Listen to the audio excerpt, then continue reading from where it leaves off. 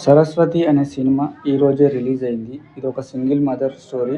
తన కూతురు సరస్వతి అంటే చాలా ఇష్టము. ఒకరోజు స్కూల్కి వెళ్ళిన తన కూతురు స్కూల్ నుంచి ఇంటికి రాకపోవడంతో కంగారు పడి తన పోలీస్ స్టేషన్కి వెళ్ళి కంప్లైంట్ ఇస్తుంది. పోలీసుల చుట్టూ తిరిగినా అసలు రిజల్ట్ ఏం లేకపోయేసరికి ఒక లాయర్ సహాయంతో కోర్టుకు వెళ్తుంది. ఆ తర్వాత కూతురుకు జరిగిన అన్యాయం ఏంటి, ఎలా ఉంటుంది, దానిపైన తీసుకున్న రివెంజ్ అనేదే సినిమాలో ట్విస్ట్.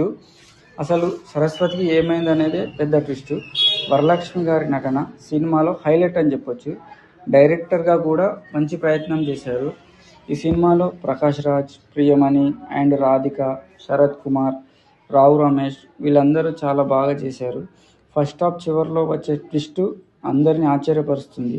సెకండ్ హాఫ్ కొంచెం నెమ్మదిగా వెళ్ళినట్టు అనిపిస్తుంది. డైరెక్టర్గా లక్ష్మి గారు చాలా బాగా చేశారు. ఈ సినిమాలో మహిళలపై జరుగుతున్న అన్యాయాలపై ఈ సినిమా ఎలా ఎదుర్కోవచ్చు అనేది బాగా చూశారు. ఇంకా కొంచెం ఎమోషన్ పండించుంటే బాగుంటుండే అనేది నా అభిప్రాయం. ఆ కోర్టు సీన్ కానీ అక్కడ ఇంకా కొంచెం ఎమోషన్గా ఉంటే చాలా బాగుంటుంది అనేది. మీరు మొదటిసారి నా ఛానల్ని చూస్తున్నట్టయితే ఇప్పుడే సబ్స్క్రైబ్ చేసుకోండి.